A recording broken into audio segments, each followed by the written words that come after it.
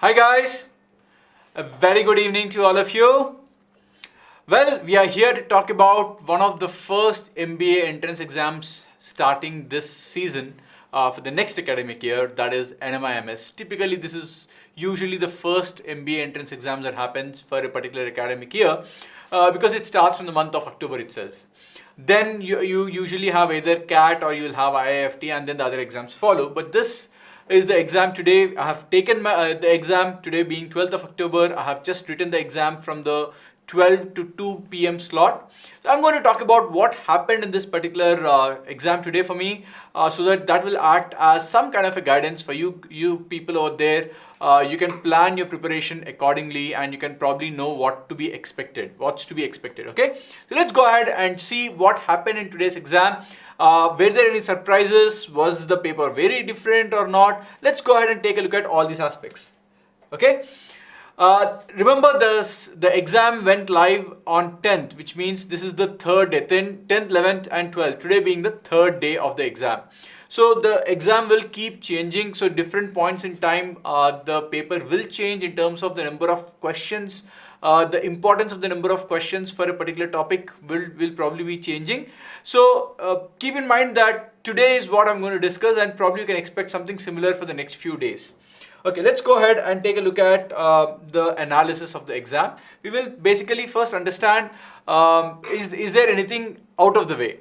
Firstly, I would like to say that the process for getting into the exam and the process for registering in the center process is very simple, guys. And I'm going to share this experience of mine. Today I reached the center at 11:52 or no, not even 11:50, 11:58, 2 minutes before the exam. The exam slot for me was at 12. So it was very straightforward. I just showed them my hall ticket or admit card and then they just asked me to sit in a computer. So there was nothing else done. It was very simple. So that's very wonderful compared to what is required, let's say in an IIFT entrance process or in a CAT process. They'll take a biometric, they'll take this, there'll be a huge line, queue, nothing like this. Again, for a different reason. Here the number of students are very limited per day. CAT conducts the entire exam for the entire set of 2 lakh plus students in about 3 slots in a single day, whereas NMAT does it over a period of time. So there is no rush of students, very few. In fact, in my center, there were probably about 12 or 11 students only in that particular center. And I was the last student to enter. And I was also the last student therefore to come out. So yeah, so the process is very straightforward. You don't have to reach very early, but yes, at least to make sure that you're not huffing and puffing. I was late a little, so I was actually running the last few minutes of my time to the center. So make sure that you reach half an hour before. It's enough. CAT usually says come 1 hour before, not required for this. You can go half an hour before, sit down, make sure that the center is correct. Especially if you are going by your own vehicle, go a bit early. So today I faced the problem of, in Bangalore especially, or in a place like Delhi, Mumbai, where the parking is difficult for you. These centers are not in colleges, guys. So the difference between CAT exam and this exam is, typically CAT and other exams, they conduct the exams in big colleges. So their parking will, the parking slots will be available within the campus. Here, these exam centers of NMAT are not huge campuses. These are small exam centers. So they will not have any parking space. So be careful about it. I had a tough time finding a parking. So these are small pieces of advice which will probably help you in not getting flustered in the last moment. Okay. Anyway, so once the exam started, then the process was quite straightforward. One interesting thing which I found in this year's exam, and it was not there in last year's exam, is see, every year they allow you to choose. They allow you to choose what is the order of the sections. But this time they had a very nice, simple way. So they gave 3 blank spaces here. They gave 3 blank spaces like this. Okay, and in the and to the left of the blank spaces, they had 1 quant, 2 logic and 3 English. And it was, the instruction said, arrange the way in which you want to take the paper. So you have to drag and drop, and the paper is set for you. So any possibility, so 3 places, 3 things to arrange, so that's 3 factorial. which is 6 ways. You can choose any one of the 6 ways. And they are leaving it open to you. So that's very nice that I found this time, a small change, but again, not earth-shatteringly different. But yeah, it's a nice piece of work that they did with the interface this year. But yeah, moving on, we will also look at NMAT analysis. That's what I'm going to start off with. And then I'm going to give you, based on my exam analysis today, I'm going to talk to you about what should your strategy be for the next few days. But again, remember, the paper will keep morphing over a period of time. So don't stick to what I say, which is happening today. It will change. So I'll give you an indicator of what has happened in the paper. But don't go exactly by what I'm saying, because the number of questions from a topic might change depending upon which part of the season you're taking the exam in. Okay, so let's go ahead and take a look at the overall. Overall did not change. They already mentioned this. 28 minutes for English, 36 questions. 40 minutes for logic, 36 questions. 52 minutes for quant, 36 questions. This was as discussed. There was no surprises here. Usually NMAT does not throw surprises because they already announce well ahead what is the paper structure. So they will not touch on that. So the only thing is, you need to understand that the English was, in my opinion, about easy to moderate. It was not easy, it was not moderate, it was somewhere in between. But definitely the logical reasoning and quant were not easy, but yes, they were not difficult either. They were exactly in between. I'll explain to you the reasons why I'm saying that logical reasoning was not easy or difficult, it was moderate. Similarly, why quantitative skills, that is math, was not easy or difficult but moderate. I'll explain that when we take up sectional analysis. But this is what you need to understand. So overall, I would say the paper was a little bit difficult than last year. But I guess this is an exam which is going to be conducted over 75 days. So I think overall it will balance out. I mean, I'm sure the overall difficulty level, if you look at all the years, would probably match up to what happened last year. But today I felt that today's paper of mine was slightly more, slightly, not much, probably about 3-4 marks worth more difficult than compared to last year.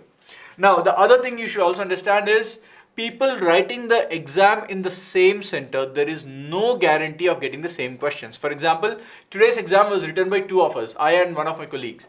Now, we did not have even a single question which was common. We discussed few questions and we realized that not even a single question was common for the 2 of us. So, and we were both written at the same time slot in the same center. We were just sitting right next to each other, but the questions were different. So, if you guys are planning to take it as a group, please please be aware that the group work will not help you here. The questions might be different for all of you. Okay. Right, scores, the lot of exam being varying too much by time. Yes, the exam will vary, Disha. Amrit, just hold on for the scores. I have a slide on the scores. I will discuss about it. Just hold on for a moment. Okay, so let's start with the sectional analysis, section wise. I'm starting with quant because I started the exam with quant. Quant section was a bit lengthy, I would say. There were certainly easy questions, but there are certain questions which are a bit lengthy, because of which it will be difficult to complete all 36 questions within the 52 minutes of time. So this is the breakup that you can see. Algebra, there were totally around 3 questions of algebra. Arithmetic were 9 questions. Data interpretation, total 8 questions. There were 2 sets of data interpretation, which was 4 plus 4. Now data interpretation, the DI questions, one was table based and another was combo graph. Combo graph, graph of pie charts plus bar chart. Now this was a bit lengthy. This was moderate. It was not very lengthy, but it was not very easy also. So DI actually took time. Now the problem with NMAT, and you need to understand this, which is different from CAT. In CAT or IIFT or any other exam like that, when you don't know a question, or when you are, when you know that the question will take time, you usually skip the question, you'll move on to the next question.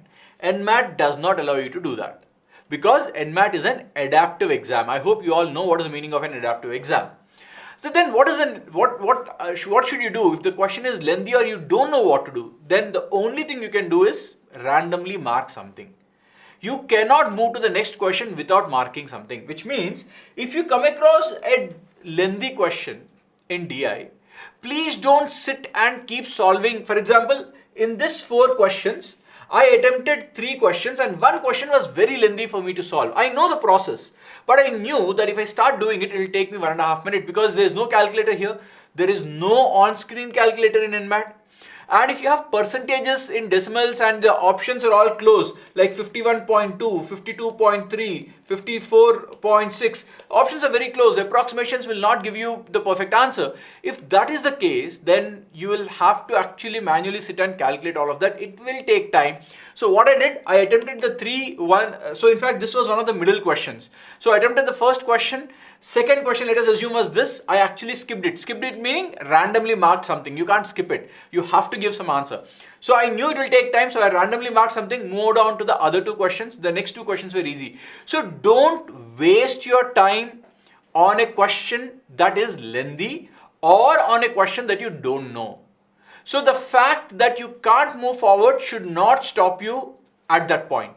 So the only thing you will do is mark and get out. Mark and get out. If you find it to be difficult, if you find it to be lengthy, don't waste, because you have to finish your 36 questions. You have to reach the end point. It is very important for you to reach the end point, guys. So the algorithm for NMAT works somewhat similar to GMAT. Now, for those of you, I don't know how many of you are very familiar with GMAT. The way in which GMAT exam works is the students who did not reach the end. And let's say, I'll give you an example for you to understand this. Let us say 36 questions are there. One student came till 33 and randomly marked the remaining 3. One more student came till 33 and he was solving 33. He did not randomly mark in the last 1 minute. So he solved and got 33 correct. The other 3, he left. In both the cases, these 2 students got till 33 correct, but the other student answered 3 more questions. So the chance of this guy, the first student, getting higher marks than the second guy is more. So now on an average, you can assume that the first student will get more marks than the second student. So the bottom line is, don't leave the exam before finishing all 36. So if there are last 2 minutes left and you are deciding, should I spend that last 2 minutes on randomly clicking, or should I spend the last 2 minutes in solving one question? My suggestion would be, spend the last 2 minutes and finish the paper. Don't solve one single question in the last 2 minutes. Keep that in mind. This is a very, very important point for you. Okay. So now that I've explained that part, so arithmetic, DI and all of this is, you can see the structure here. Data sufficiency, there were 5 questions. Data sufficiency was tricky. There were 1 or 2 really tricky questions in data sufficiency. It took me some time, but I got the answer. But yes, it took time. So they were tricky. There were traps in it. So data sufficiency, be careful. Then there were no geometry and mensuration questions even this year. Last year also there was nothing. In this year also they have stuck to it. Hardly any geometry. Modern math had a huge number of questions relatively. There were 9 questions. Modern math is a combination of Venn diagrams plus PNC plus permutation and plus probability. So Venn diagrams, there's hardly any in quant. Venn diagrams came in the logic section, but PNC plus probability, there were about 5 questions from probability and about 4 questions from PNC, if I remember correctly. That's a lot of questions. So needless to say, the top 3 areas for you to prepare will be your arithmetic, will be your modern math, and will be your data interpretation calculation based questions. Pure calculation based questions, percentage increase, percentage decrease. There's not much of logic involved in that. But yes, these are the 3 most important areas for you to focus on as far as your maths is concerned. Clear? And yeah, if you look at the question difficulty level, you can see that algebra was actually easy. Arithmetic, depending upon the subject, for example, SICI, 1 or 2, so SICI actually made a huge comeback. There were about 3 questions from SICI. Time and distance, time and work, surprisingly not many questions. I think 1 or 2 only came from time and distance, time and work. But if those of you are preparing for CAT and other exams, you know that this is a very important area. But in NMAT, time and distance, time and work did not make a big of an appearance. But averages was asked. In fact, I have the next slide where I'm going to show the breakup of it. But averages, SICI, percentage calculations, all of these questions did end up coming in the exam. So please be aware of these topics. And if you ask me the three most important topics, those are arithmetic, geometry, where am I saying geometry?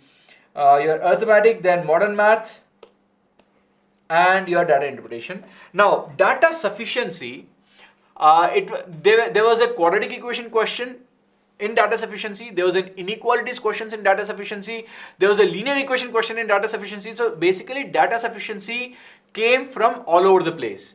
But the concept of how to know whether only A is correct or only A is needed or only B is needed, A and B both are needed, and so on and so forth. So that idea practice is what you need to have. But data sufficiency can come from any area.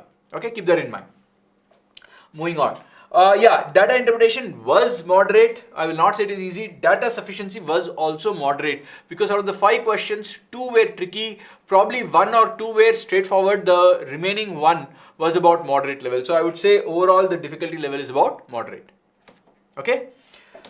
Let's go ahead and continue to look at actual breakup subtopic wise. You can see P and C were 4 and probability were 5. So together these added up to 9, which is a part of your modern math. Then if you're looking at data sufficiency, as I said, is 5. Logarithms was 1 question from algebra, and simple equations, a part of algebra, is again 2 questions. So totally you had only 3 questions from algebra. Again, please remember, when I'm giving these numbers, these are indicative. For example, my colleague got a different number of questions. For example, my colleague who wrote the exam got about 6 questions from data sufficiency, which means they're not making sure that the number of questions are constant.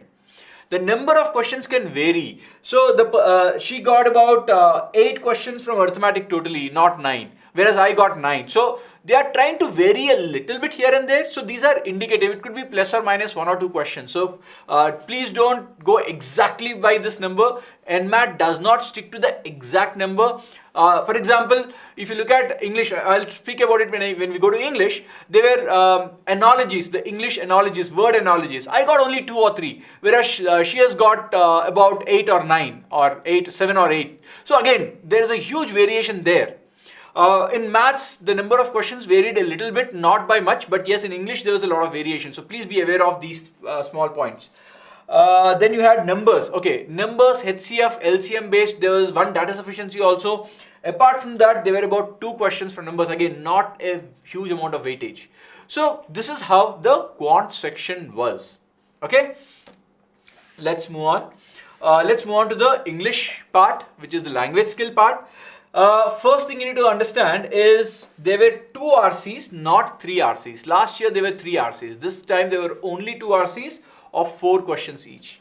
Now, the issue here, again, when we discussed between the 2 of us who wrote the exam today, the RC questions or the level of RC in terms of the question, the passages were straightforward to understand, not very difficult. I'll not say very easy also, but yeah, you can read it. But the problem was in the questions. So I got both passages easy to moderate level, whereas my colleague got moderate or above moderate level questions in the RC. So RC was time consuming for her, whereas for me it was not very time consuming. It was okayish.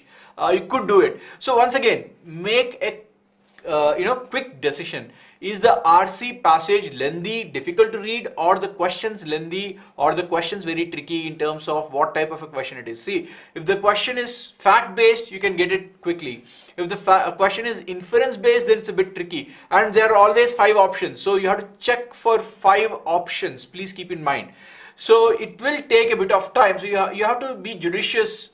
Should you do both RCs or not, depending upon the level of RC. So I attempted both, whereas she decided to attempt one and left the other one. So again, as I said, your plan, you should know that there could be 2 RCs, because the number of RCs did not change. They cannot make 2 RCs for one person and 3 RCs for another person, because that's a direct 4 question difference. So that will actually impact the paper. So they made sure that the number of RCs are standard. Similarly, the number of DI were standard. I got 2 and my colleague also got 2. So that again was standard. So a set based questions were standard, whereas individual questions, they were varying quite a bit. Okay, so that's the takeaway from here. Then there were parajumbles, about 4 parajumbles. Error detection, which is a part of grammar. So they'll give you a sentence and they will underline 3-4 places. They will say which of these underlined ones are are having a grammatical error in it. You have to identify the correct one where there is an error. They are not asking you what is the correct answer. They are just asking you what is the error or which word is the error word. Okay, so that's basically how you had, and then you had fill in the blanks of prepositions.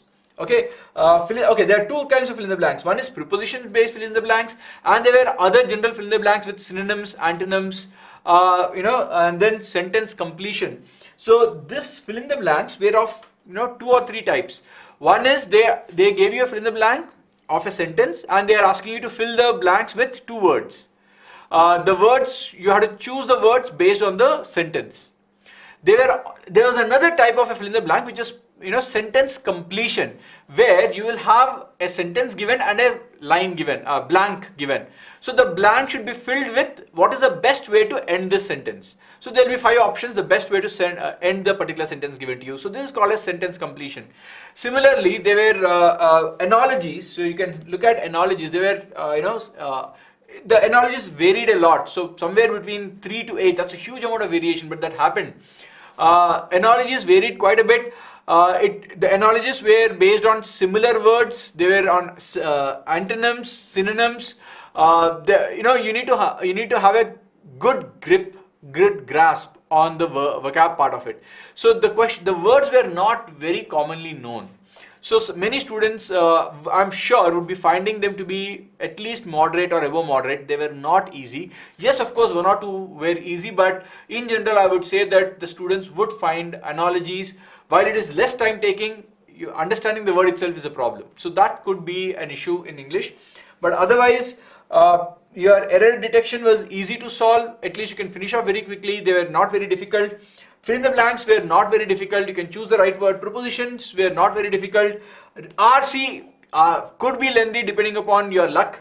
And analogies actually turned out to be a bit on the higher side of difficulty, not definitely moderate. Overall, I would say the English paper was somewhere between moderate or just below moderate level. It is not difficult. It is not very easy either. It's just a little bit below the moderate level. That's how I'll put this particular section as. As I said, RC questions were not very direct. Again, this depends upon your luck. For me, it was a bit easier.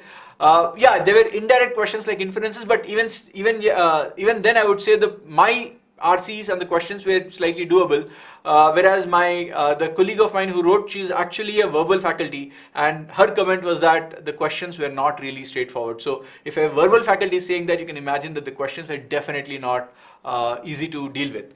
Then I would say that the section overall is relative to the last year a tad bit difficult compared to the last year. Okay.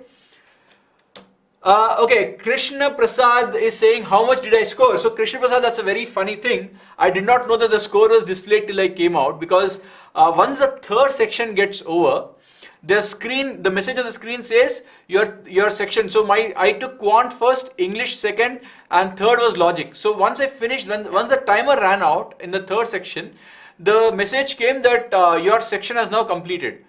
And I was the last person in that center. So I just I just got up and I left. I didn't wait for the score. I didn't know that if I click next, I'll be getting the score. It skipped my head, because I was in a center which was about 1.5 hour from my office. So I had to rush back, get the PPT ready, take the session by 5. So that was running in my mind. So I forgot that I have to click next and then go to the end point. So I'll have to wait for my score and see how much I'll get. But that's a good, interesting question. Those of you who are not aware of this, please click to the end of the, so once the 3rd section completes, you will have to click next and then another next, and your raw score will be, or a tentative score will be declared. It's called as an unofficial NMAT score. It is declared then and there. And it could change slightly at the when you get your scorecard another 20 days later probably, but yes, it is displayed. So please make sure that you take a note of it.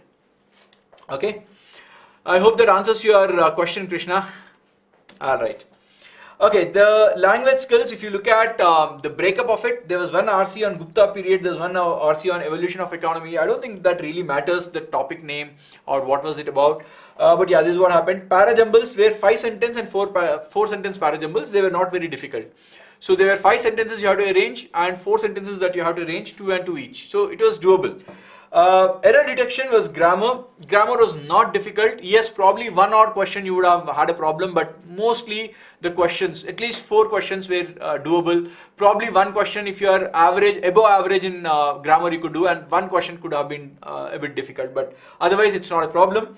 But again, remember, this is an adaptive exam, which means the more accurate your answers are, the more difficulty, the more level of difficult, or the more difficulty level keeps increasing. Okay, I hope you got what I want to say. I made a mess out of the sentence. But yeah, the bottom line is, if you are answering more and more correct questions, you'll be getting more and more difficult questions going forward. If you're making a mistake, the level will come down. That's the meaning of adaptive nature. Then you have fill in the blanks, completion type and contextual type. As I said, completion, sentence completion was a part of the fill in the blanks, and fill in the blanks with the right word to be used was another type. And then there were prepositions, fill in the blanks with prepositions to be used. So there was a sentence where 3 blanks were given, and you have to fill them with the correct preposition of. So there's one question with OFF and OF, and then there were other options also. You have to pick the correct of, depending upon the sentence and how it has been used. So such kind of questions were there, a little bit tricky, but yes, that was not really difficult. It was doable. And yes, analogies were definitely not an easy thing. They were a bit tricky. Firstly, the vocab is the problem there. Secondly, you have to know the meaning of all the 4 words that you're trying to put there.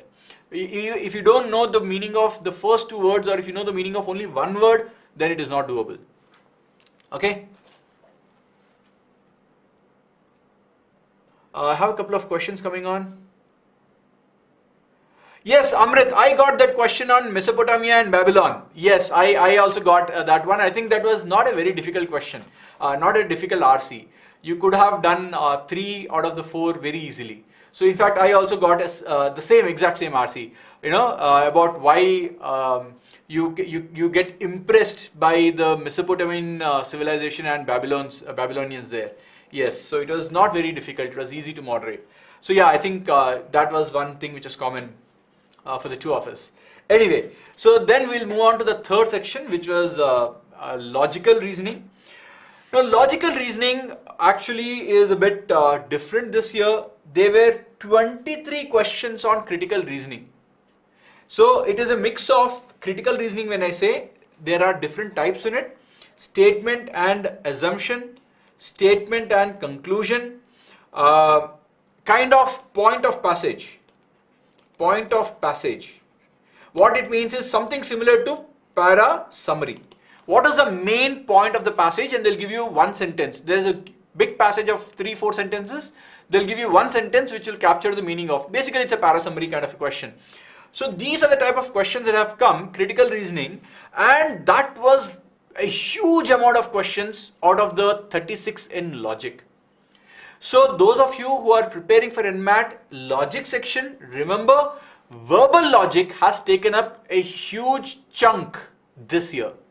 Okay, so I kept writing. So in fact, the first few questions were critical reasoning itself. I was like, okay, my English was done. Why am I getting English all over again? But yes, that's how the questions were. In fact, in the last 5 minutes, I forgot that this is a logic section, because that's how many English questions. So, typically, critical reasoning is considered as a part of English, but GMAT does not. They have a separate section on critical reasoning itself. GMAT considered it as a part of English.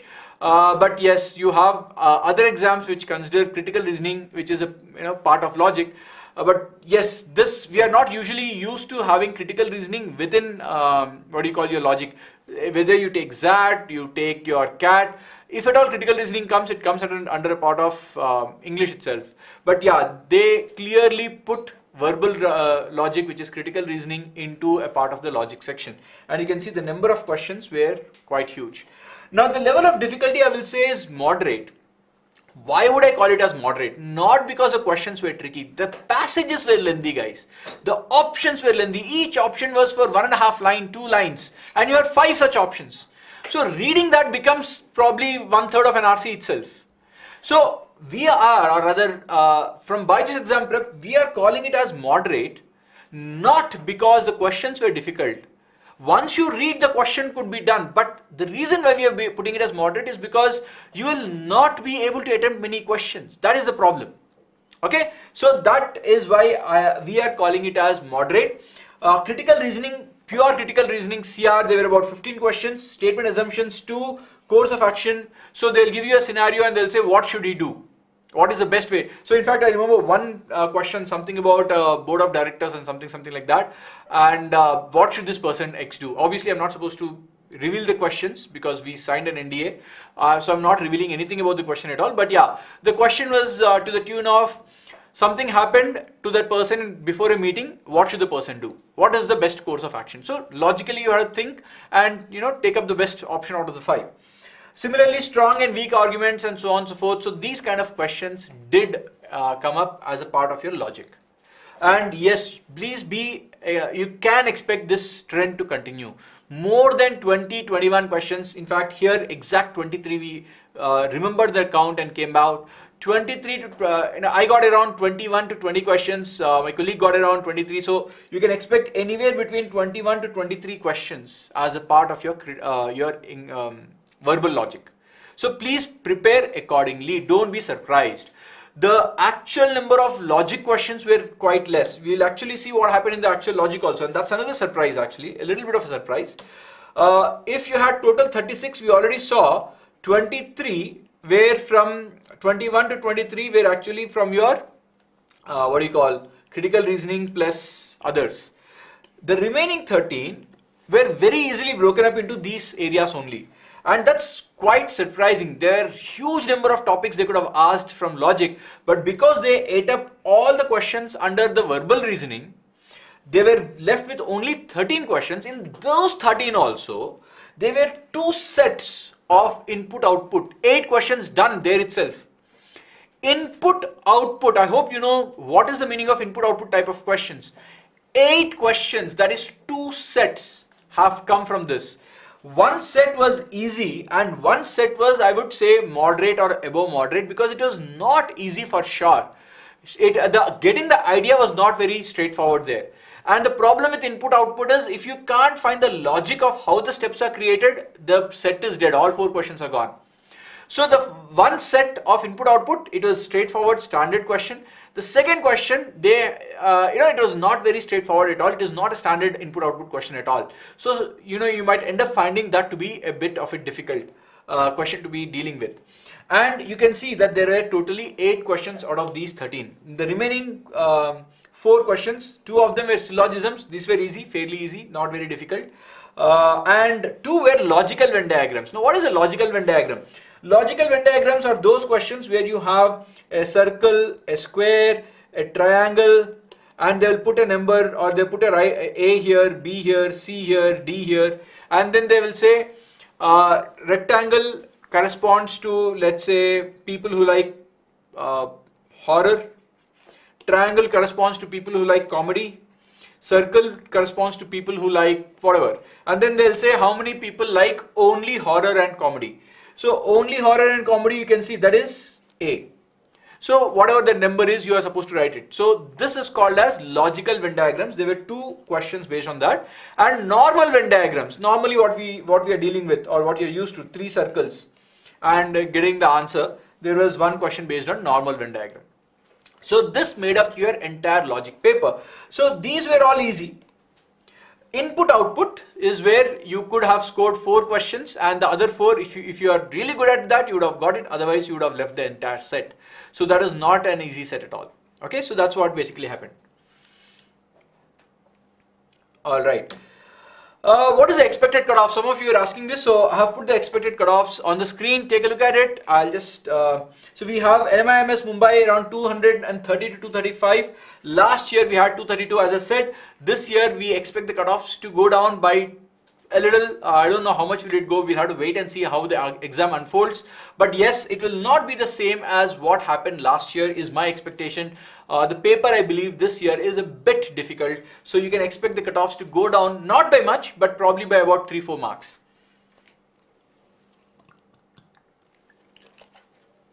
So that's how I've given. About 4 to 5 marks is the range that I've given.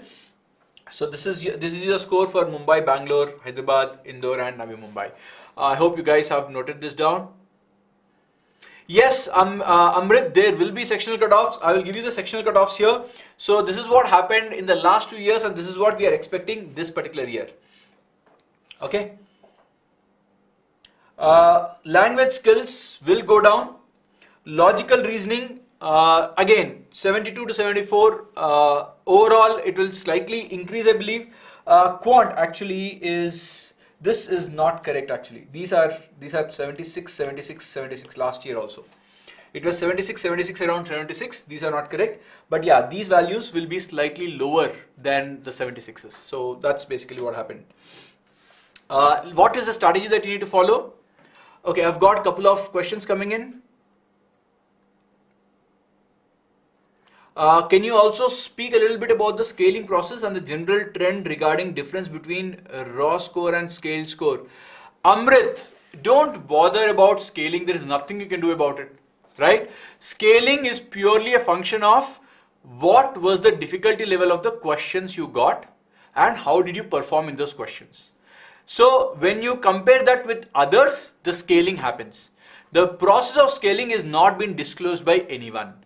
But there is a process of scaling which happens in GMAT. I'll give you a brief idea of what happens in GMAT. Okay. Look at it. So I'll just explain to you what happens in GMAT effectively. So I will talk about question numbers on the x-axis. Question number 1, question number 2, question number 3 and so on. 36 questions. And difficulty level in the y-axis. Now, how does this work? How does the exam like NMAT or GMAT, which is adaptive in nature, work? It goes like this. The first question usually will be at an average difficulty level. If you get it wrong, the next question will slightly come down. If you get it right, the next question will slightly go up. If you get the next one right, the next one will slightly go up. So it is basically a seesaw of corrects and wrongs. There is no positive mark, there is no negative mark. So basically what they're saying is, my next question, if you want it to be, if you get this correct, this is wrong, this is correct. So if you got 3 corrects, then the next difficulty level will again go up. Let's say you made a mistake here. So the next difficulty level could either be same or it will slightly come down. So like this is how your passage goes. Where do you reach at the end? This end point will be mapped to the difficulty level. Think of it as a ladder. How high have you climbed in the ladder? This ladder is basically used for different students to scale. Now, the number of rights and the number of wrongs basically will give you the raw score. Okay, how many marks you got correct, rather how many questions you got correct, based on that some score will be calculated. But once they kind of aggregate all the test takers, so they have a pool of, let's say, 20 days window. In this 20 days window, once these 20 days window closes, all the students will be pooled together in terms of difficulty level and will be releasing a scorecard for them. Then the next window starts.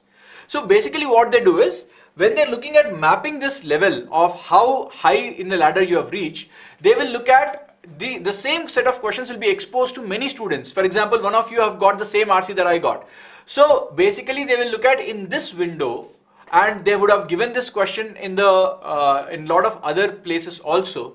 So this question, is it difficult or easy? They will get to know by looking at how accurate students have given. How many students have got it correct? What is the percentage of them? Is it really difficult or not? They will gauge the question's difficulty level based on that data. Based on that data, they will calibrate the y-axis. They will calibrate the y-axis. And then finally what score you get, that will be called as the scaled score. So typically this is what happens. Now, how much will your score change by? I cannot answer that. Nobody can answer that. Because it is purely a function of the type of questions that have been used in that window pool. It's a bit complicated as a process, and that is the reason why these exams are, the adaptive nature of exams are very difficult to cheat the exam per se. And it's also very difficult to conduct them because the algorithm has to be perfect behind it. That is one of the reasons why you don't have too many adaptive nature exams in the entire world. You have probably 2 or 3 really good exams. For example, this is one, GMAT is one, you have GRE which is one, which is again adaptive in nature. So you don't have too many such exams because they are not very easy to deal with. Okay. All right, so let's move on.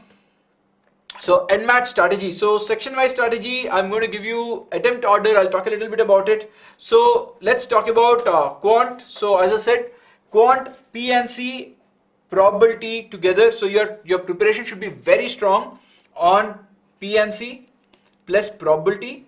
Then you should be very strong on arithmetic. In arithmetic, remember, SICI has come 3-4 questions. I mean, I got it. If I remember in my paper, we got about 3 to 4 questions. That's the number of questions. Profit and loss. You might see that profit and loss is very less, only one question. But profit and loss percentages are combined. You can't differentiate one from the other, because at the end of the day, profit and loss is percentage calculation, and percentage is also asked in DI. So you cannot let go of profit and loss and percentages together. So if you combine them both, that's a very important topic. In fact, I would say entire arithmetic, you can probably let go of time and distance, time and work a little bit, because you can see that not many questions have come. But otherwise, the remaining averages, percentages, ratios, a lot of ratio questions were there in DI also. So all of these questions you should prepare, especially focus on SICI. Usually students preparing for CAT leave out SICI because they don't ask much in CAT. But it's the reverse here. So if you're leaving out for CAT, make sure that you're preparing for NMAT. If at all you're giving NMAT seriously.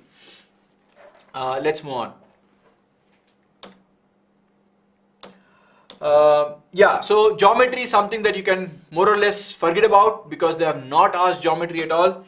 DI set, don't waste your time on the DI set, guys. If you find a set to be difficult, randomly mark and get out. And this is not just about a set, this is about the entire, any question, and in fact the logic for the entire paper. Any question, any point in time in any section, you don't know the answer, mark randomly. Don't waste your time. If you find the question to be lengthy, don't waste your time. Mark and get out. The thing is, you can't come back. Please keep in mind. Once you go forward, it's a one-way route. You can only go forward in the exam. You cannot come back in the exam. There's no previous button at all. So you can only go forward. Don't worry about it. That's okay. It's better to do that than sit on this question and waste time. Okay. And as I said, focus on arithmetic and modern math. Language skills, yes, as I said, this is what happened, but the most important takeaway point here is RCs are not that many. Decide whether you want to do both the RCs. One RC definitely you can do. Second RC, should you do or not, depends on whether the RC turned out to be easy or difficult for you.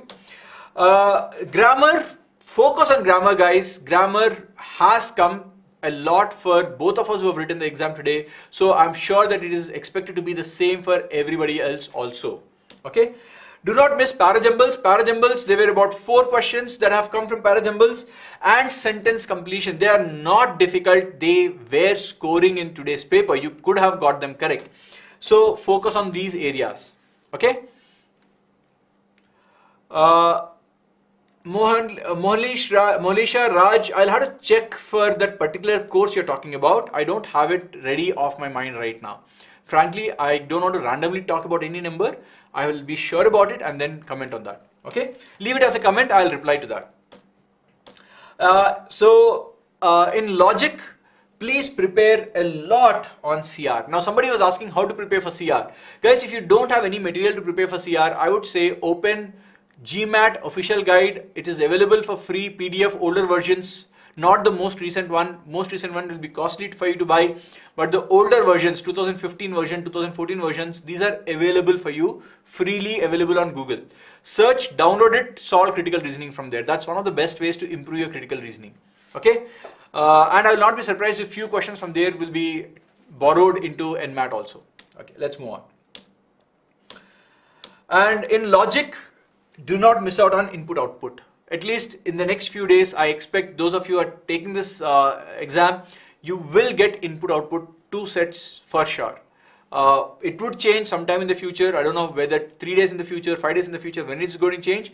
But in the immediate vicinity of today's date, that 13th, 14th, 15th you're taking, expect input-output questions. One set will be easy, one set will be moderate or above moderate. Take a educated guess and move on if you can't solve.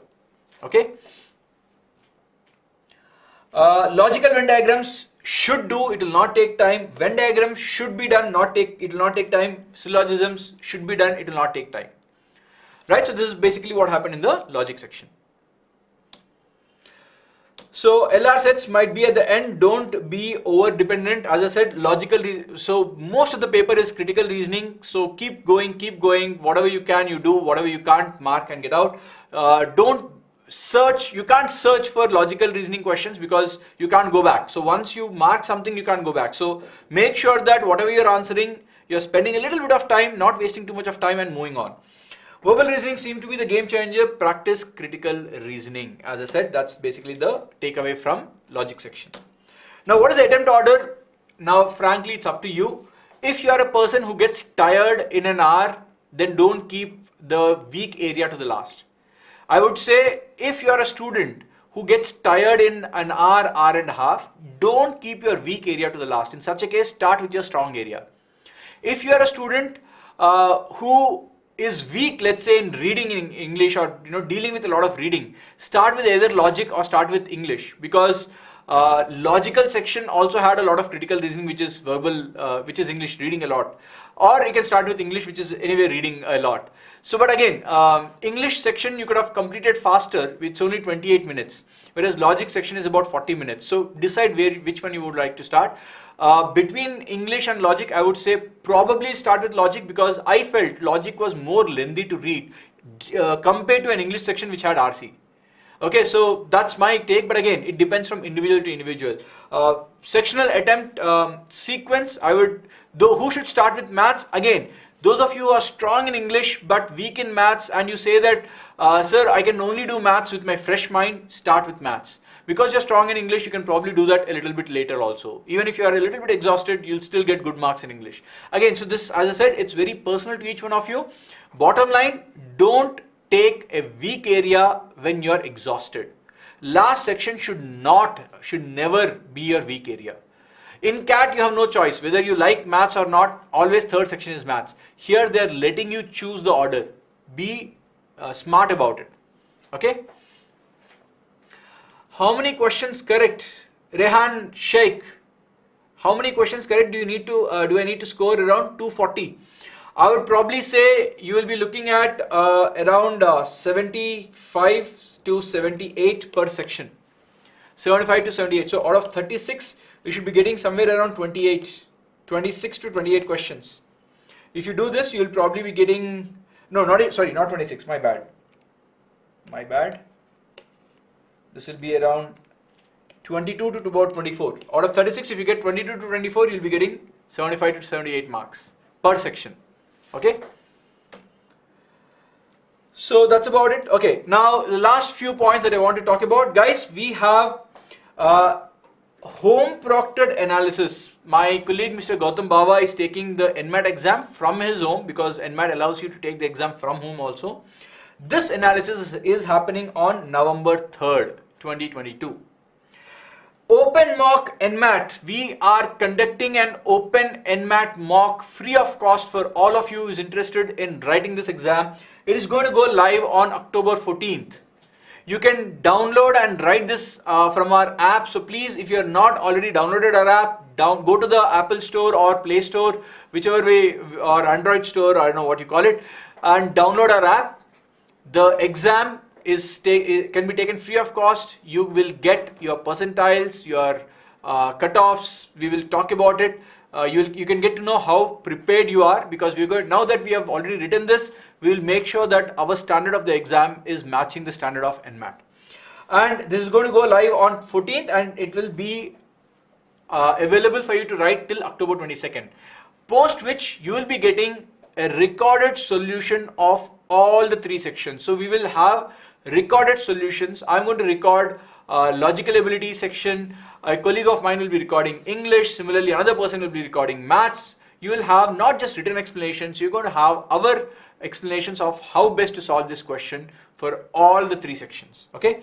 And of course, you have a lot of free sectional tests. If you can download our app, you can use them to, if you feel that you need to take maths as a sectional test, you can take those sectional tests. Some of them are free, you can utilize that.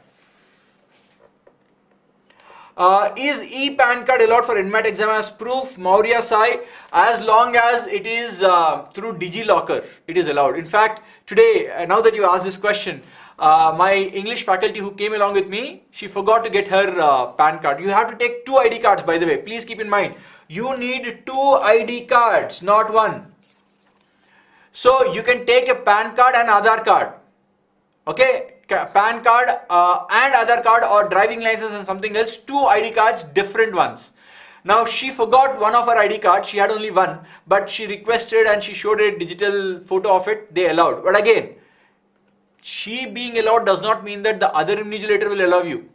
So you be sure you carry 2 ID cards, and digital ID card will be allowed provided it is from the government approved DigiLocker app.